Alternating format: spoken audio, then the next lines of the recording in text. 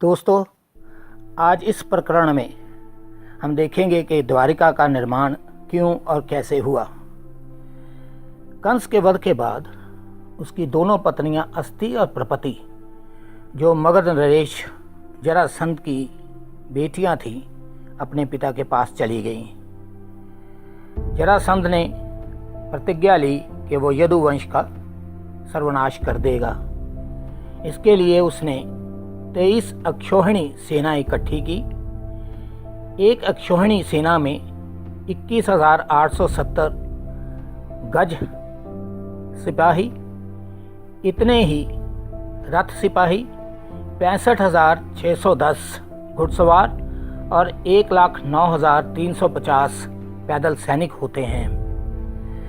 जब जरासंध ने मथुरा पर आक्रमण किया तो भगवान श्री कृष्ण ने सोचा कि इसका वध करना उचित नहीं। इससे अच्छा ये होगा कि इसके साथ आए पापियों का संहार किया जाए।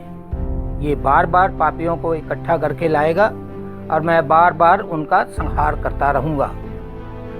इस विचार से भगवान श्री कृष्ण और बलराम ने जरासंध की सारी सेना क्षत विक्षत कर दी और उनका उद्धार किया। जरासंध को पकड़ने के बाद उन्होंने उसे छोड़ भी दिया ताकि वो फिर से पापियों को इकट्ठा करके लाए और उनका संहार किया जा सके।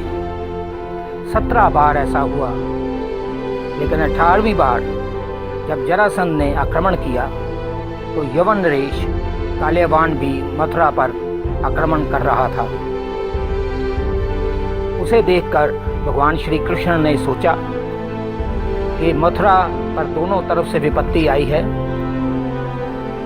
ये लोग हमारे प्रियों को, हमारे नाते रिश्तेदारों को पकड़ भी सकते हैं और उन्हें मार भी सकते हैं। इसलिए उन्होंने विचार करके विश्वकर्मा को एक नई नगरी बनाने के लिए कहा। ये नगरी समुद्र के बीचों बीच थी और इसका व्यास 150 किलोमीटर था। एक शानदार और बहुत ही प्रिय लगने वाली ये नगरी अट्टालिकाओं और बहुत बड़े बड़े भवनों से सुसज्जित थी। उन भवनों में सोने और हीरे जवाहरात की नक्काशी की गई थी। ये चारों तरफ से दुर्गों से ढकी हुई थी।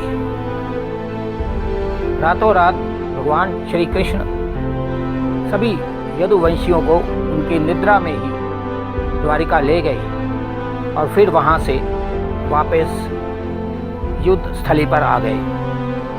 उन्होंने युद्ध स्थली से चलना शुरू कर दिया। काल्यवान उनका पीछा करते उनके साथ साथ चलने लगा। राजा मुचकुंदा की क्रोधाग्नि से काल्यवान भस्म हो गया।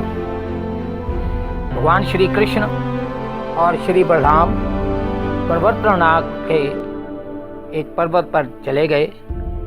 जरासंध ने उनके चारों तरफ आग लगा दी और उन्हें मृत सोचकर वापस मगध लौट गया। और दोनों भाई भगवान श्री कृष्ण और बलराम सकुशल द्वारिका आ गए। दोस्तों, आपको ये प्रसंग कैसा लगा कृपया बताना ना भूलें। धन्यवाद।